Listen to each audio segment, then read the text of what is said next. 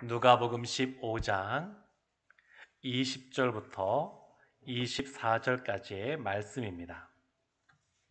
신약성경 121쪽에 있습니다.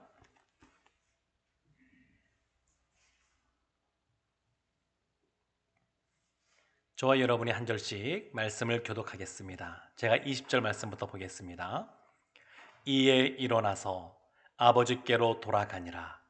아직도 거리가 먼데 아버지가 그를 보고 치근히 여겨 달려가 목을 안고 입을 맞추니 아들이 이르되 아버지, 내가 하늘과 아버지께 죄를 지었사오니 지금부터는 아버지의 아들이라 일컬음을 감당하지 못하겠나이다 하나. 아버지는 종들에게 이르되 제일 좋은 옷을 내어다가 입히고 손에 가락지를 끼우고 발에 신을 신기라. 그리고 살찐 송아지를 끌어다가 잡으라. 우리가 먹고 즐기자. 함께 보겠습니다. 이 내 아들은 죽었다가 다시 살아났으며 내가 잃었다가 다시 얻었노라 하니 그들이 즐거워하더라. 아멘.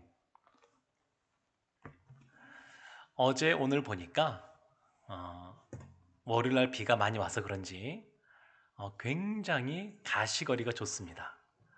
그래서 저 멀리 남산을 봐도 선명하게 잘 보이고, 그리고 또 자세히 보면 이 나무마다 앙상한 가지이지만 왠지 푸릇푸릇한 느낌이 나는, 이제 봄이 시작되었구나, 그런 생각이 듭니다. 오늘 이 순장 세미나로 또 수요 예배로 3월 첫 주를 맞아요 예배를 드리는데, 오늘은 특별히 제가 시 한 편을 읽어드리려고 합니다. 시를 낭독하고 그 다음에 말씀을 전해야지 싶은데, 박목월 시인의 시입니다. 평온한 날의 기도. 제가 한번 읽어드리겠습니다. 아무런 근심도 걱정도 없이 평온한 날은 평온한 마음으로 주님을 생각하게 하십시오. 양지 바른 창가에 앉아 인간도 한 포기의 화초로 화하는 이 구김살 없이 행복한 시간. 주여, 이런 시간 속에서도 당신은 함께 계시고 그 자애로우심과 미소 지으심으로 우리를 충만하게 해 주시는 그 은총을 깨닫게 하여 주십시오. 그리하여 평온한 날은 평온한 마음으로 당신의 이름을 부르게 하시고 강물같이 충만한 마음으로 주님을 생각하게 하십시오. 순탄하게 시간을 노젓는 오늘의 평온 속에서 주여, 고르게 흐르는 물길을 따라 당신의 나라로 향하게 하십시오. 3월의 그 화창한 날씨 같은 마음 속에도 맑고 푸른 신앙의 수심이 내리게 하시고 온 천지의 가지란 가지마다, 온 들의 푸성귀마다 움이 트고 싹이 돋아나듯 믿음의 새 움이 돋아나게 하여 주십시오. 평온한 날의 기도인데, 이 기도의 내용을 담은 이 시를 읽으면 왠지 마음이 편안해지고 평온해지고, 그리고 생명이 약동하는, 새싹이 돋는 이 봄이 참 기대감으로 우리 가운데 오는 것 같습니다. 그렇죠? 오늘 본문의 말씀은 우리가 너무너무 잘 아는 그런 말씀입니다. 탕자의 비유라고 일컬어지는 그런 말씀인데, 누가복음 15장에는 잃어버린 한 양을 찾아가는 목자의 이야기, 잃어버린 한 드라크마를 잃은 그 여인이 그 드라크마를 찾는 이야기, 그리고 한 아들이 떠났다가 다시 찾게 되는, 돌아오게 되는 그 아버지의 이야기, 이 이야기들이 이어서 나오게 됩니다. 그리고 오늘 본문의 이 말씀은 아버지를 중심으로 말씀이 기록되어 있는데, 이 아버지가 행한 것을 크게 네 가지의 행동으로 구분해서 볼 수가 있습니다.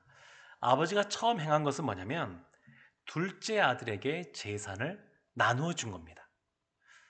그 둘째 아들이 아직 아버지가 살아계심에도 불구하고 유산을 달라고 하니까 아버지가 내어주었습니다. 근데 생각해보면 왜 아버지가 이렇게 했을까 싶습니다.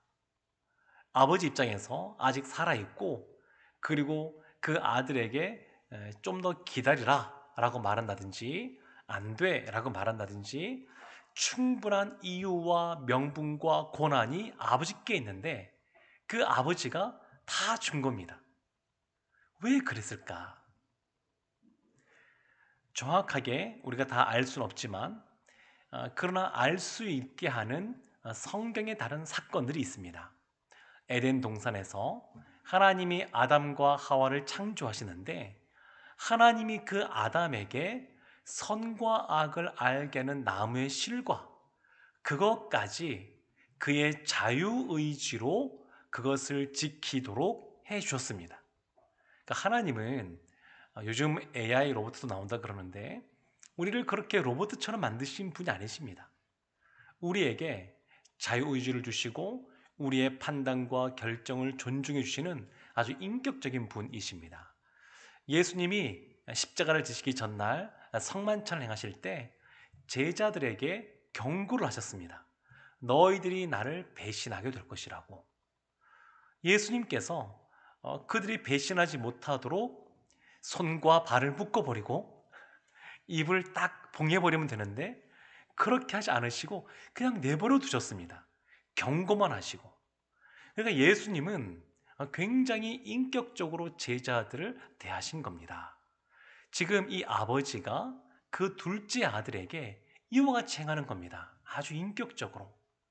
그 아들이 그렇게 하면 안 된다라고 하는 것을 알면서도 그것을 강압적으로 억지로 이렇게 나가지 못하게 막거나 그러지는 않으셨습니다.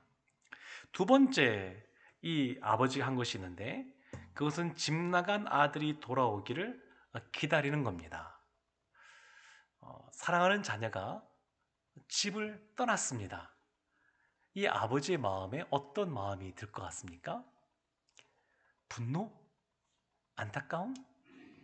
어떤 것인지 잘 모르겠지만 분명한 것은 뭐냐면 이 아들이 실패해서 돌아올 것이라고 하는 것을 예상했다는 겁니다. 춘향전이라고 하는 그 소설이 있지 않습니까? 거기 보면 이몽룡이 이게 과거를 보러 가서 그리고 그 과거에서 아주 잘 되어서 금이 환영할 것을 춘향의 어머니 월매가 늘 기다리고 있었습니다.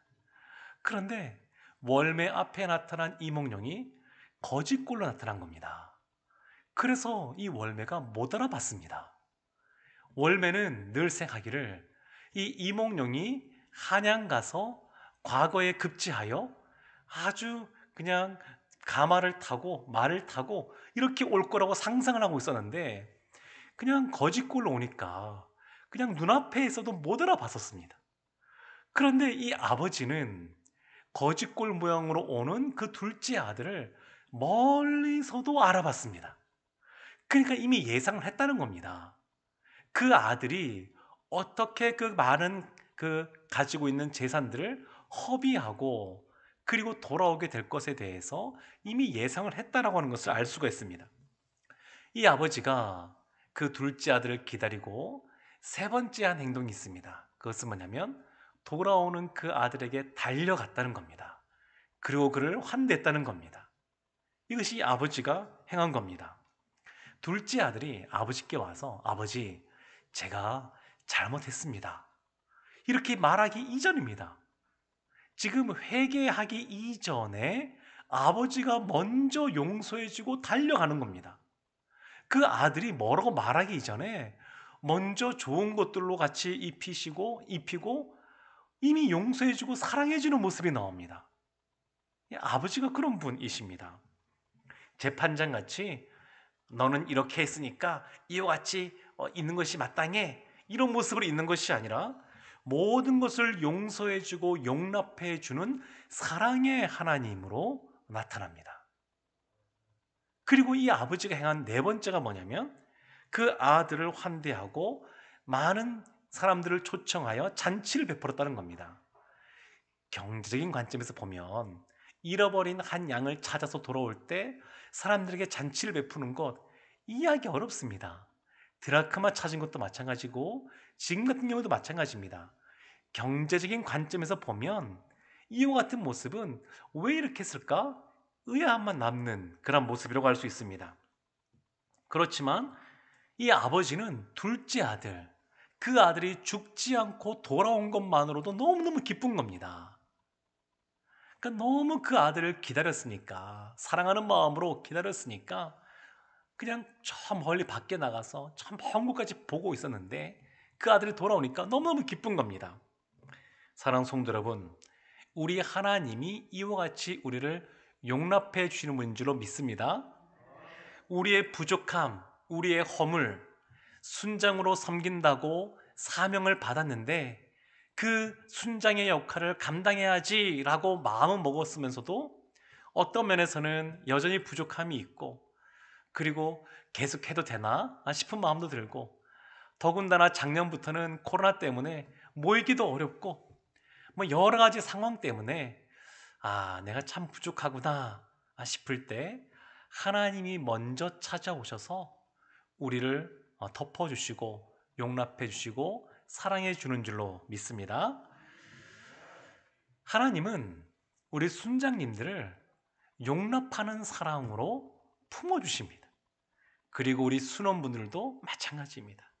그래서 우리 순으로 모일 때 우리 순원분들도 서로 간에 용납해주는 사랑의 모습이 있고, 순장님도 순원들을 품어주고 순원들도 순장님을 품어주고, 순에 있는 모든 분들이 다 하나님께 이미 용납받은 사랑으로 말미암아 서로를 용납해주고 품어줘야 될 줄로 믿습니다. 그런데 문제가 있습니다. 그것은 뭐냐면, 용납해주고 품어주는데 잠깐 몇 번, 순이라고 하는 것이 그렇지가 않고 적어도 1년, 2년, 어떤 수는 뭐 10년 이렇게 간지도 모르겠습니다. 그렇게 오랜 시간 동안 함께 하다 보니까 어떤 경우에는 그 상대방의 모습이 참아주다 이제는 더 이상 못 참아주겠다, 이런 부분이 나타날 수가 있습니다. 순 안에 그런 모습이 나타날 수가 있습니다. 그럼에도 불구하고 하나님께서 하시는 말씀 뭐냐면, 죄인인 우리를 먼저 용서하시고 용납하신 주님의 그 사랑을 받은 사람으로서 또 용납해 주어야 된다라고 하는 것입니다. 그래서 순장님이 중요합니다. 순장님은 그냥 순원들께 순이 있는데 할 사람이 없으니까 어쩔 수 없이 했다, 이런 사람 없습니다. 본인 스스로는 그렇게 생각할지도 몰라도, 혹시 그런 분이 계실지 몰라도 하나님 나라에서는 그런 경우가 없습니다. 또 이렇게 우리 수는 이렇게 다 모였는데 뭐 여러 가지 건강도 조금 안 좋고 좀 여러 가지 형편들이 좀 안 돼서, 상황이 안 되어서, 그러니까 제일 젊은 막내인 사람이 순장을 해야지 라고 해서 그분이 순장이 되었다 그래도 하나님 입장에서는 그냥 그렇게 세워진 사람이 아닙니다. 순 안에 순원들과 순장 사이에 누가 가장 큰 사랑으로 용납해주고 포용해주고 기다려줘야 될까요? 순장님입니다.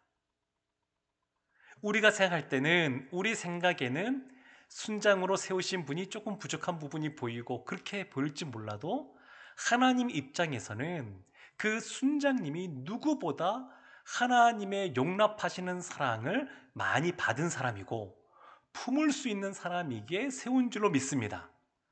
혹 부족하다 그래도 하나님께서 그 사람을 온전한 그러한 예수 그리스도를 닮은, 이 아버지의 용납하는 사랑을 닮은 사람으로 만들어 가실 줄로 믿습니다. 전 그렇게 믿습니다. 우리가 하나님 나라에서 이러한 직분을 맡고 이런 직책을 맡는다고 하는 것은 그냥 우리의 생각대로 하는 것이 아닙니다. 하나님께서 감당할 만하니까, 또한 감당할 능력을 주실 거니까 순정으로 세운 겁니다. 그러니까 지금은 모든 순원들을 혹시 다 품고 용납하고 가기가 혹시 어려운 분이 계실지 몰라도 하나님께서는 그것을 품고 갈 수 있는 사람으로 만들어 가실 겁니다. 예수님의 제자들, 부족함들이 많았지만 주님께서 증인이 되게끔 만드시겠다라고 말씀하셨던 것처럼 이 순장님을 순장님 되게 누가 보더라도 인정받는 그런 순장님이 되도록 만들어 가십니다. 그럼에도 불구하고 현실적으로 보게 되면 우리 순장님들이 순장의 역할을 감당할 때 지칠 때가 있고 이제는 그만둬야 되겠다라는 마음이 들 때도 있습니다. 그리고 너무 힘들다 이런 생각이 들 때도 있습니다. 이 현실입니다. 그럴 때가 있습니다. 우리가 교회 안에 우리 성도님들을 크게 두 부류로 구분해서 볼 수가 있습니다. 첫 번째 부류는 은혜 받는 것을 늘 사모하는 분입니다. 그래서 어디에서 어떤 세미나가 있다, 그리고 무엇인가 특별한 훈련이 있다, 그러면 열심히 찾아가서 그것을 다 또 참여하고 훈련받고 들으면서 은혜 받는, 여기에 집중하는 분이 계십니다.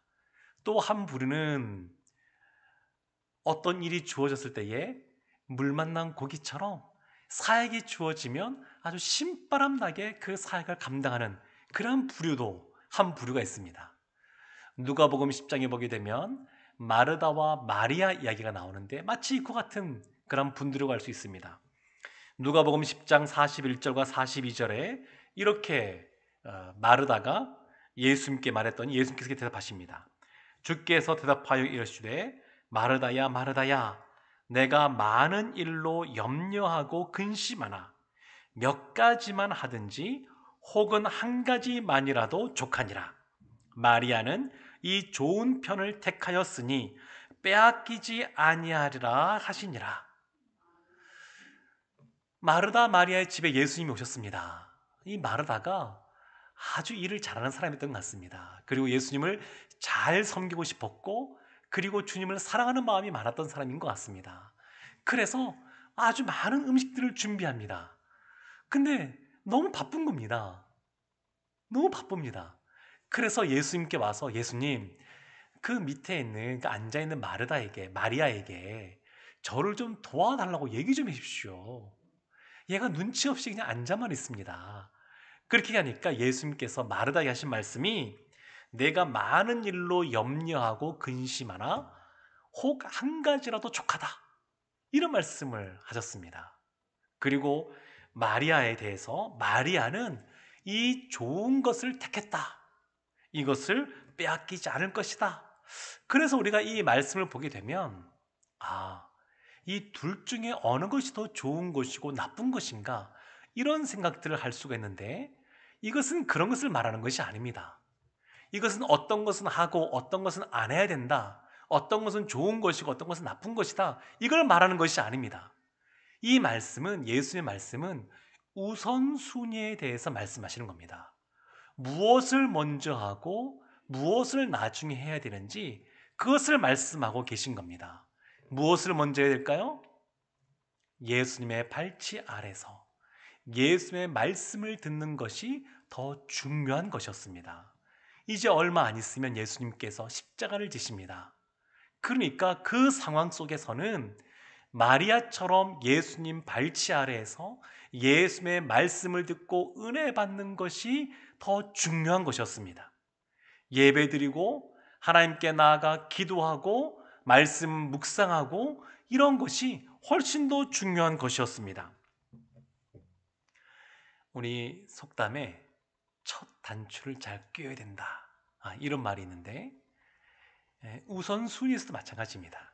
어떤 것을 먼저 끼냐에 따라서 일들이 술술술술 잘 순조롭게 풀려져 가기도 하고 어떤 경우에는 처음부터 꼬여가지고 그냥 어떤 것이 뭐 순서도 없이 아주 서로 힘들게 되는 그런 일들도 만날 수가 있습니다.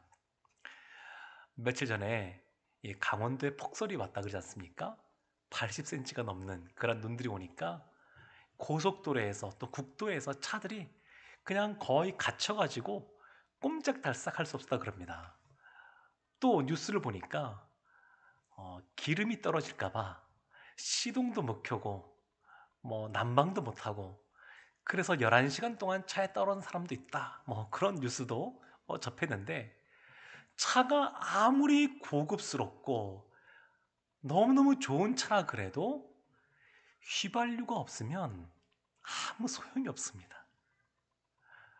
우리에게 요즘 다 뭐 스마트폰이나 뭐 핸드폰이나 다 있는데, 최고급 사양 스마트폰이 있어도 늘 충전되어 있지 않고 방전되어 있으면 전화 통화도 할 수가 없습니다.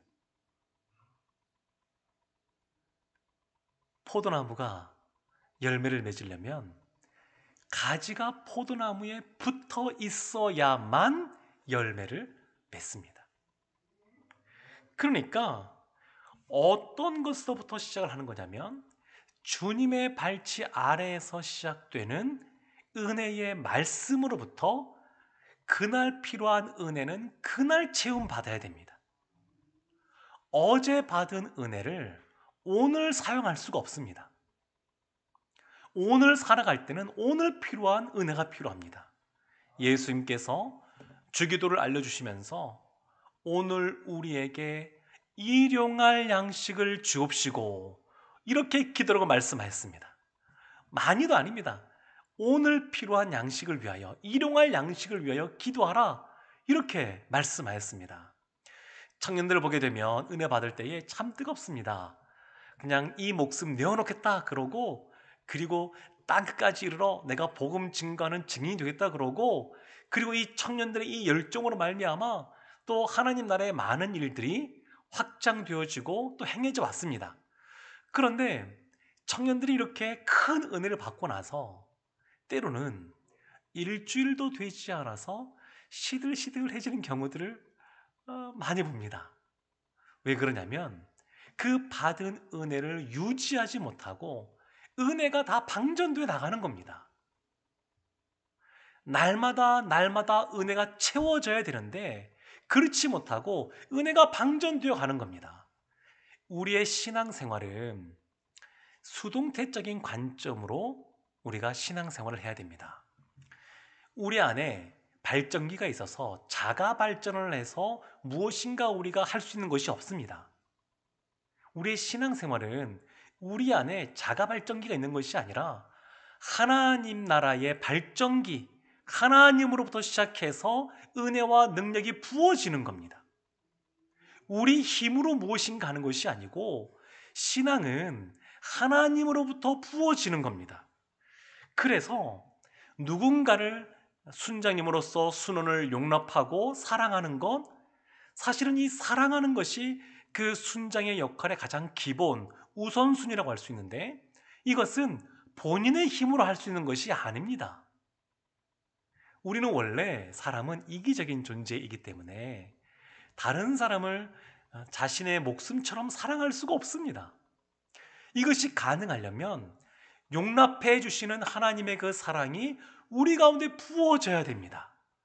에스겔서 그 말씀의 환상 중에 성전 아주 그 한 부분에서부터 시작하여서 미세한 물이 흐르기 시작하더니 그것이 곧 발목에 차고 무릎에 차고 허리에 차고 가슴에 차는 큰 물줄기 강을 이루는 그러한 환상이 나옵니다. 그것처럼 어디에서 시작하냐면 성전 문지방에서부터 은혜가 흘러나오는 겁니다. 우리 안에서 나오는 것이 아니라 하나님으로부터 그 은혜가 흘러나오고 하나님의 사랑이 우리 가운데 부어져야 그것을 감당할 수가 있습니다. 사랑하는 성도 여러분, 사랑하는 순장님들, 주님의 일을 하다가 힘에 부칠 때가 있습니까? 일을 하는데, 사역을 감당하는데 너무 힘들다라는 말이 우리의 입술에서 자꾸 나오십니까? 그것은 엄밀한 의미에서 일 자체가 어려운 것이 아니라 우리 안에 은혜가 떨어진 것입니다. 하나님은 감당치 못할 시험은 주시지 않습니다. 우리에게 주신 사명, 사역, 감당치 못할 걸 주시지 않으십니다. 청지기들에게 5달란트, 2달란트, 1달란트 먼저 주시고 장사하라 그랬지, 아무것도 없는데 맨 땅에 헤딩하듯이 무엇인가 해라 이렇게 말씀하시는 분 아닙니다. 헌금도 마찬가지입니다. 하나님이 주신 이후에 헌금하라 그러시지 주시지도 않았는데 하라 이렇게 말씀하신 적이 없습니다. 늘 하나님은 우리에게 먼저 찾아오셔서 우리를 사랑하시고 우리에게 하나님의 은혜를 부어주시고 우리의 감당할 능력을 주시는 분이십니다. 그래서 혹 우리 가운데 이제 더 이상 힘들어서 못하겠다 이런 마음이 나올 때에는 어떻게 해야 되냐면 다시 주님의 발치 아래 머물러야 됩니다. 다시 주님의 사랑 가운데 거해야 됩니다. 엘리사 선지자가 엘리야 선지자가 올라 승천할 때 끝까지 따라다닙니다. 그러다 마지막에 엘리야 선지자가 묻죠. 나한테 원하는 것이 뭐냐?